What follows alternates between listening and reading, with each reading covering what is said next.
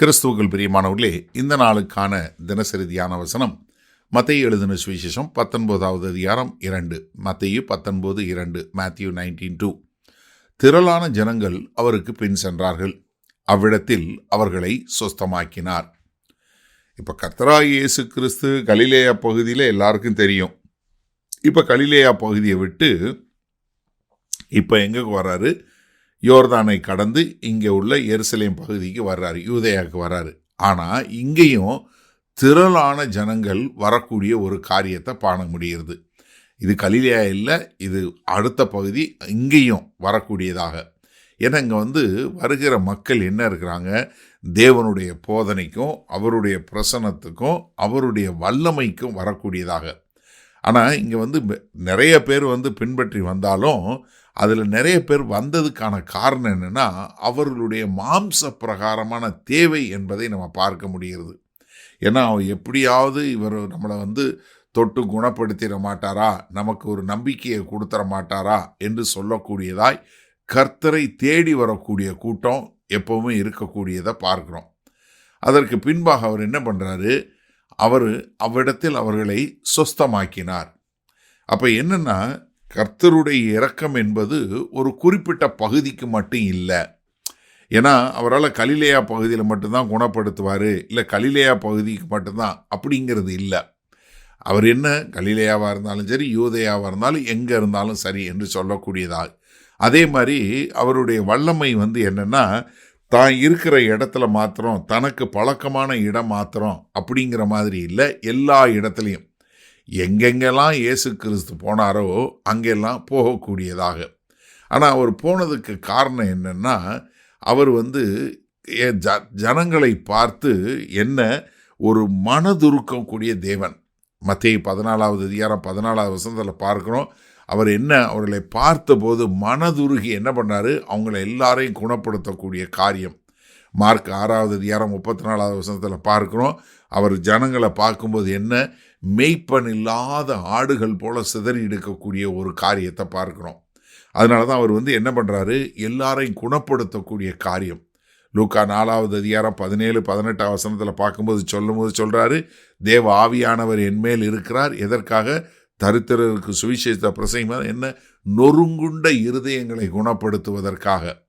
அப்போ என்ன, கர்த்தராகிய இயேசு கிறிஸ்து குணப்படுத்துவது என்பது ஒரு இடத்துக்கு மாத்திரம் இல்லை, ஒரு பழகின இடம் மாத்திரமல்ல, அது மாத்திரமல்ல, எங்கே போனாலும் செய்யக்கூடியதா. இது நமக்கு என்ன காட்டுதுன்னா, கர்த்தராகிய இயேசு கிறிஸ்து போகக்கூடிய ஒரு பிரயாணம் தன்னுடைய மரணத்தை குறித்ததாக இருந்தாலும் அவர் என்ன பண்ணலை? தன்னுடைய ஊழியத்தை நிறுத்தலை. அவர்கள் எங்கே சந்திக்கிறாரோ அங்கேயே குணப்படுத்தக்கூடிய காரியம். அப்போ எனக்கு அருமையானவர்களே, கர்த்தர் என்ன பண்ணுறாருன்னா, நம்ம எதிர்பாராத இடங்கள்லையும் அவர் சந்திக்கக்கூடியவராய் இருக்கிறார். கர்த்தராகிய இயேசு கிறிஸ்துனுடைய மனதுருக்கம் எப்போதும் இருக்கக்கூடிய ஒரு காரியமாய் இருக்கிறது. அப்போ ஊழியங்கிறது ஒரு இடத்துல தான் இல்லை, வழியிலையும் நடக்கும். சரி, இந்த நாளில் இந்த வசனத்தை நம்ம எப்படி எடுத்துக்கொள்வது? கர்த்தராகிய இயேசு கிறிஸ்துவை பின்பற்றி வாழணும் போது சில நேரங்களில் நமக்கு பரிச்சயமில்லாத, பழக்கமில்லாத இடங்களுக்கு போக வேண்டியது இருக்கும்.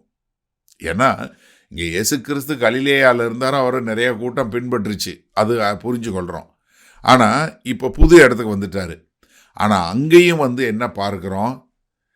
கர்த்தரை தேடி வரக்கூடியதா. அப்போ என்னென்னா, சில நேரங்களில் கர்த்தர் நம்மளை ஒரு புதிய கால அளவிற்கு, ஒரு புதிய சூழ்நிலைகளுக்கு, ஒரு புதிய சவாலாய், ஒரு புது இடங்களுக்கு கர்த்தர் நம்மளை அனுப்ப சொல்லும்போது நம்ம என்ன பண்ணணும்னா, தயங்காமல் போகக்கூடிய மக்களாக இருக்கணும்.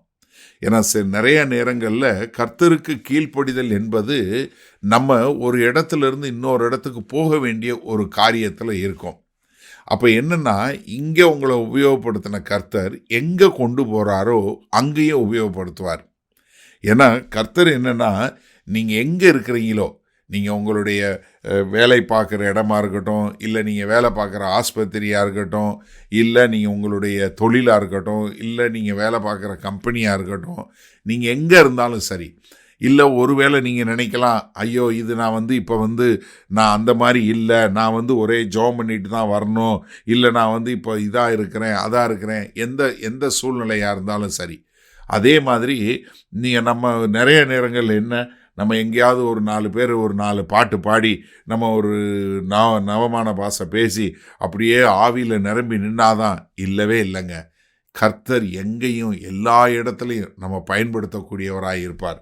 நம்ம செய்ய வேண்டியதெல்லாம் நம்ம கர்த்தர் எங்கே நம்மளை சொல்கிறாரோ அங்கே அவருடைய சத்தத்தை கேட்டு அது எந்த ஒரு சூழ்நிலையாக இருந்தாலும் அங்கே நான் போவேன் என்று சொல்லி போகக்கூடிய மக்களாக இருக்க நம்மளை ஒப்பு கொடுப்போமா?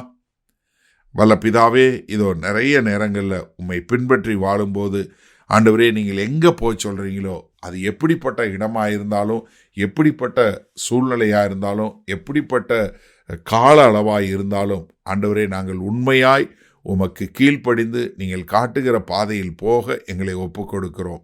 மீட்பெரும் இரட்சகருமாகிய இயேசு கிறிஸ்துவின் மூலம் பிதாவே, ஆமேன். கர்த்தர் உங்களை ஆசீர்வதிப்பாராக. நாம் இன்று மாலை மன்னால சந்திப்போம்.